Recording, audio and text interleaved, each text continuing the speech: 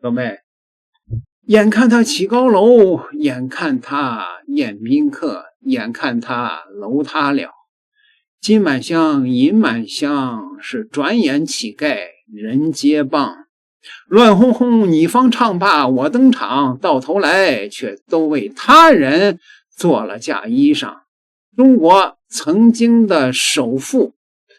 這個地產界的萬億巨無霸的掌門人許家印，今天傳來的最新的消息是他被判无期徒刑。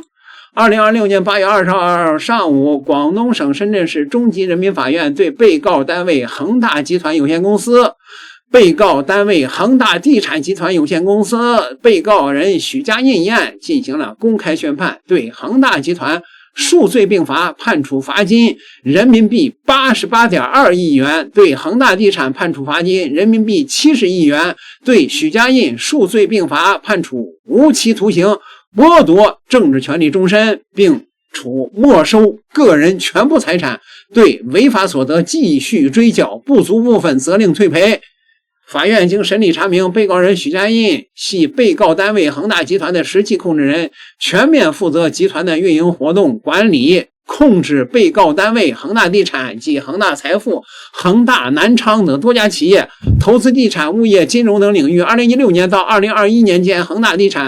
恆大集團以及許家印違反國家的法律規定，以持續性大規模的財務造假等手段，虛增資產、隱瞞負債，分別實施了非法吸收公眾存款、集資詐騙、欺詐發行證券、違規披露重要信息等犯罪行為。恆大集團及許家印通過行賄等手段取得了金融機構的控制權，違法套取信貸資金、保險資金歸恆大集團使用，實施了單位行賄、違法發放貸款、違法運用資金等犯罪行為。許家印還利用作為恆大地產董事長的職務便利，組織財務造假以及分紅名義侵占公司財產。法院認為，被告單位恆大集團、被告人許家印的行為已經構成了非法吸收公眾存款罪、集資詐騙罪、違法發放貸款罪、欺詐發行證券罪、違規披露重要信息罪、單位行賄罪。許家印的行為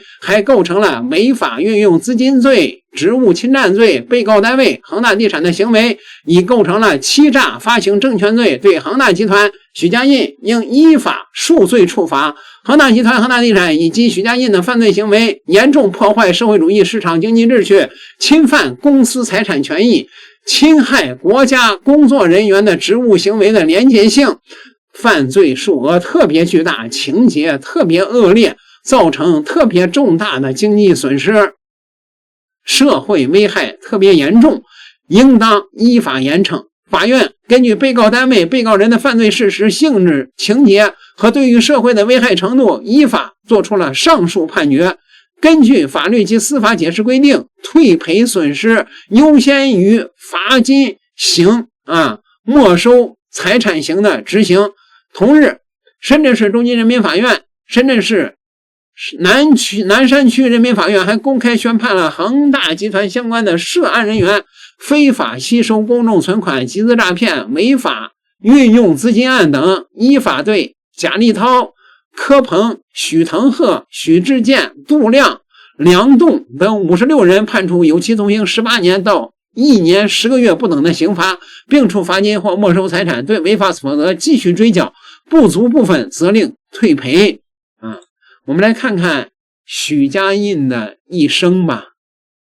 今天上午，廣東省深圳市中級人民法院對被告單位恆大集團有限公司、被告單位恆大地產集團有限公司、被告人許家印案進行一審公開宣判，對恆大集團數罪並罰，判處罰金人民幣88.2億元；對恆大地產判處罰金人民幣70億元；對許家印數罪並罰，判處無期徒刑，剝奪政治權利終身，並處沒收個人全部財產，對違法所得繼續追繳，不足部分責令退賠。我們今天介紹的是許家印是如何從寒門首富到階下囚的，如何用國運做籌碼，做一場瘋狂賭局。1958年，河南太康農村，誰也不會想到，這個吃着紅薯麵窩頭長大的窮小子，未來會創下中國商業史上最駭人聽聞的負債記錄，2.44萬億元。2026年4月，深圳中院庭審現場，許家印當庭認罪悔罪，這位曾經的地產梟雄終於褪去光環，露出了資本賭徒的真面目。在許家印的童年記憶裡，沒有白面，只有發霉的窩頭。母親在他1歲多時因病離世，他在半孤兒的狀態下掙扎長大。為了改變命運，他幹的都是最髒最累的活，農村掏糞工。這段經歷塑造了他極強的求生欲。為了跳出農門，他必須比別人更狠。恢復高考後，他拼命複習，考入武漢鋼鐵學院。畢業後，在河南舞陽鋼鐵廠一待就是10年。34歲那年，他嗅到了時代變革的氣息，毅然決然帶着2萬塊積蓄勇闖深圳，這也是他瘋狂人生的開始。到深圳後，他先去了中達集團，在那裡他展現了驚人的商業天賦。他操盤的珠島花園項目為公司淨賺2億多，但他月薪依舊僅有3000元。提出加薪被拒後，他做出了人生第2個重大決定，離門戶。於1996年，恆大地產在廣州誕生。許家印的發家史就是一部賭史，他賭對了中國房地產最黃金的20年。恆大靠高負債、高槓桿、高周轉、低成本迅速膨脹，別人不敢拿的地他敢拿，別人不敢借的錢他敢借。2008年金融危機，恆大瀕臨破產，他冒險引入外資救命，最終熬到2009年港股上市。巔峰時期的恆大膨脹到令人啧舌，地產項目遍布全國280多個城市，號稱宇宙第一房企。涉及足球，砸錢買外援，恆大冰泉、恆大汽車、恆大歌舞團，他試圖用資本砸出一個商業帝國。那一刻，他登頂中國首富，身價480億，同時也讓他離當年那個掏糞的農村娃漸行漸遠。2021年潮水退去，恆大債務危機全面爆發，揭開了這個帝國最醜陋的底色，總負債2.44萬億元，這相當於中國 GDP 的 1.8%， 比許多省份1年的 GDP 還高。爛尾樓約30萬套，背後是數十萬家庭掏空6個錢包卻無家可歸的悲劇。造假規模，虛增收入5641億元，虛增利潤920億元。這是一場持續數年的財務造假騙局。購房者付了錢拿不到房，供應商拖欠工程款、材料款超1萬億元，拖垮了無數中小企業。恆大財富暴雷，員工自己買的理財血本無歸。暴雷後，許家印試圖技術性離婚分割資產，設立離岸信託保全家族財富，但監管的鐵拳沒有給他機會。2023年9月，他被依法採取強制措施。2024年1月，香港法院對恆大發出清盤令。於2025年8月，中國恆大被取消上市地位。直到2026年4月13日至14日，深圳市中级人民法院一審公開開庭。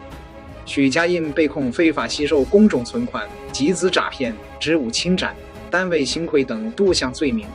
他當庭認罪悔罪，等待他的將是法律的嚴懲。香港高等法院已凍結許家印及其前妻丁玉梅全球資產約77億美元，但這與2.4萬億的窟窿相比，只是杯水車薪。許家印不是企業家，他是投機家。他利用了時代的紅利，就把風險全部轉嫁給了社會。他用實際行動詮釋了什麼叫大而不倒，倒則驚天。許家印被判无期徒刑，3個細節耐人尋味吧。第一個，可以看到許家印現在已經是滿頭的白髮了，甚至連眉毛都白了。昔日的首富早已經風采不再，徹底淪為階下囚了。這一臉滄桑生無可戀的表情，成為落幕的最終符號。第二，法院的判決中，許家印一共有8項罪名：非法吸收公众存款罪、集資詐騙罪、違法發放貸款罪、欺詐發行證券罪、違規披露重要信息罪、單位行賄罪、違法運用資金罪、職務侵占罪。許家印對整個經濟社會造成的惡劣影響真的是極其嚴重，真的是罄竹難書啊！最終被判處无期徒刑，也應該是罪有應得。第三呢，許家印的2個兒子也已經被判刑了，許騰鶴二兒子、許志健大兒子等56人判處有期徒刑18年到1年10個月不等的刑罰，并處罰金。雖然沒有說具體的刑罰，但這一家子最終為自己的貪婪也付出了慘重的代價。點個訂閱，下期再聊。